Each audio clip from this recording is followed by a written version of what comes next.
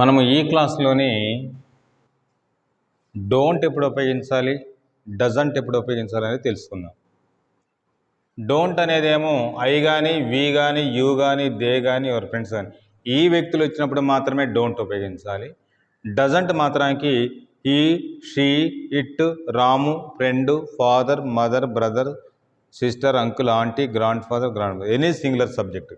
అంటే ఒక్కొక్క వ్యక్తి వచ్చినప్పుడు ఈ డజంట్ అనేది ఉపయోగించాలి. ఎక్కువ మంది ఉన్నప్పుడు డోంట్ ఉపయోగించాలి. రెండు కూడా వ్యతిరేకం అర్థాన్ని ఇస్తాయి అనమాట, నెగిటివ్ మీనింగే.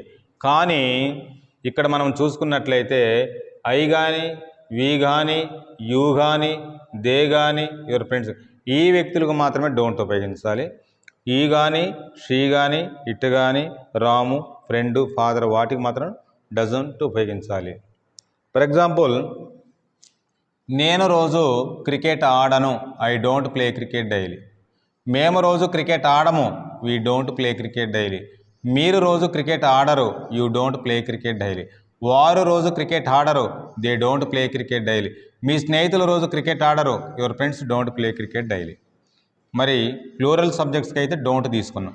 అదే సింగులర్ సబ్జెక్ట్స్కి అయినట్లయితే ఇప్పుడు ఇక్కడ చూడండి, అతను రోజు క్రికెట్ ఆడడు, అతను రోజు క్రికెట్ ఆడడు, ఈ డజంట్ ప్లే క్రికెట్ డైలీ. ఆమె రోజు క్రికెట్ ఆడదు, she doesn't play cricket daily.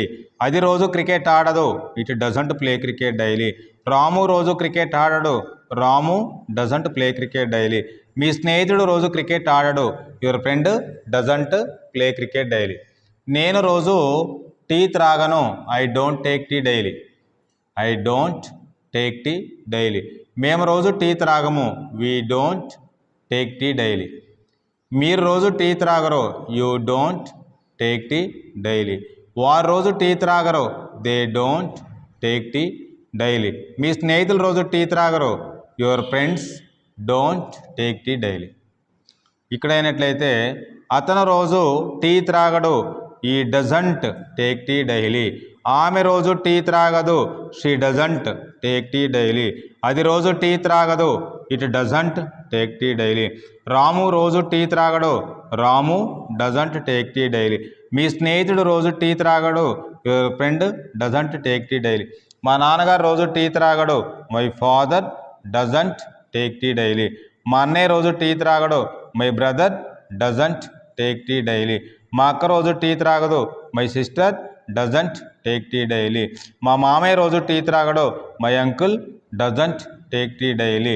మా అత్తమ్మ రోజు టీ త్రాగదు, my aunt doesn't take tea daily. మా తాతగారు రోజు టీ త్రాగడు, my grandfather doesn't take tea daily. మా అమ్మమ్మ రోజు టీ త్రాగదు, my grandmother doesn't take tea daily. తర్వాత నెక్స్ట్, నేను రోజు మార్కెట్కి వెళ్ళను, I don't go to market daily. మేము రోజు మార్కెట్కి వెళ్ళము, we don't go to market daily.